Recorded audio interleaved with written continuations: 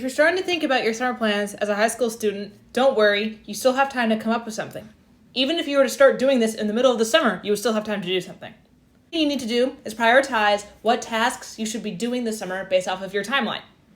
What a freshman, sophomore, or junior should be doing with their summer is very different.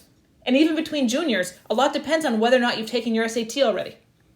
So before you think about this summer, instead of thinking about what other people are doing or what people online are recommending, think about what you need to do based off of what you've already done and also what's going to be happening in the year that follows your summer.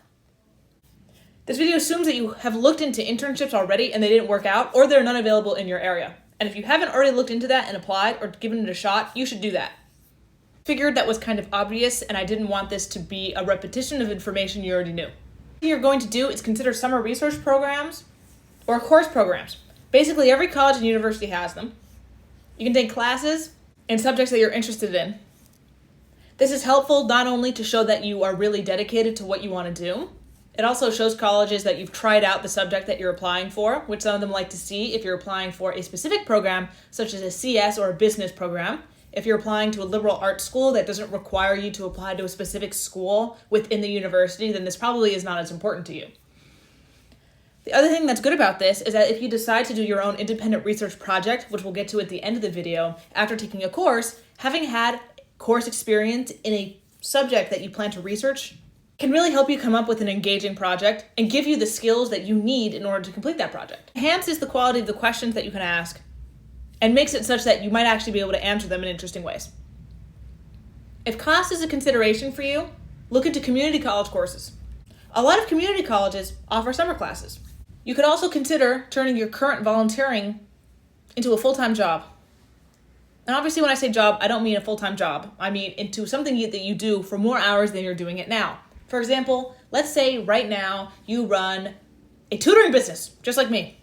But instead of tutoring high schoolers for college admissions like I do, you are tutoring fifth graders to help them learn how to read. Let's say you do that for 2 hours a week right now. You do it at some school near you. Right now, you can write up an email, send it to the principal, and say, hey, I know that your school also has a summer program. Do those kids have a tutor? I would love to turn this into something that I did every day. Essentially, what I mean is just increase your engagement and increase the time that you're spending on your current volunteering position. As long as you're recording the results and reflecting on what you're doing, this is a very valuable addition to your college application.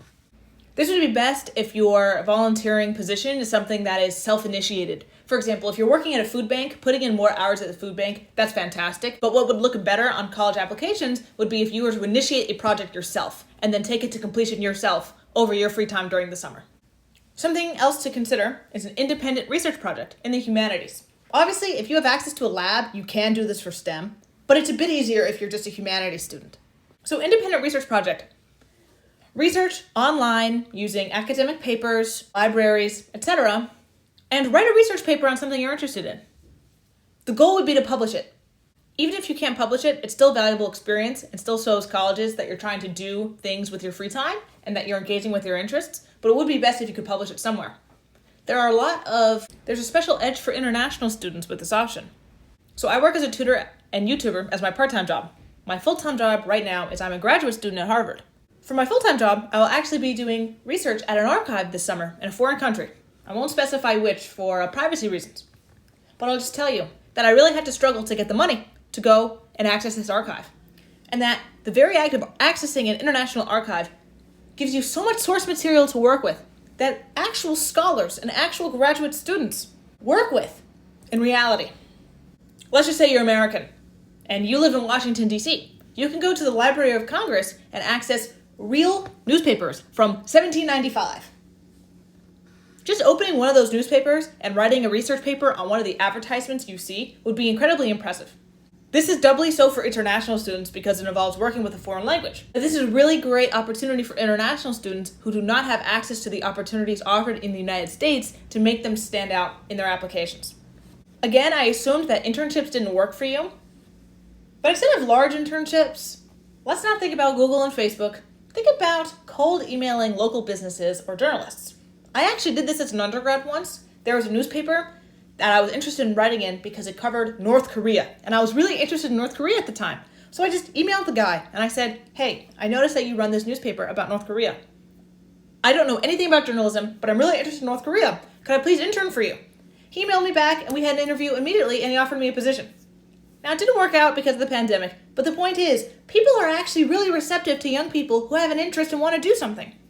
So think of anything you could do in your community or something that you could do online, like I just mentioned. And reach out. Reach out via a cold email. Write the email, have ChatGPT edit it for you, and send it. If you offer to do things for free, I find that opportunities are often abundant.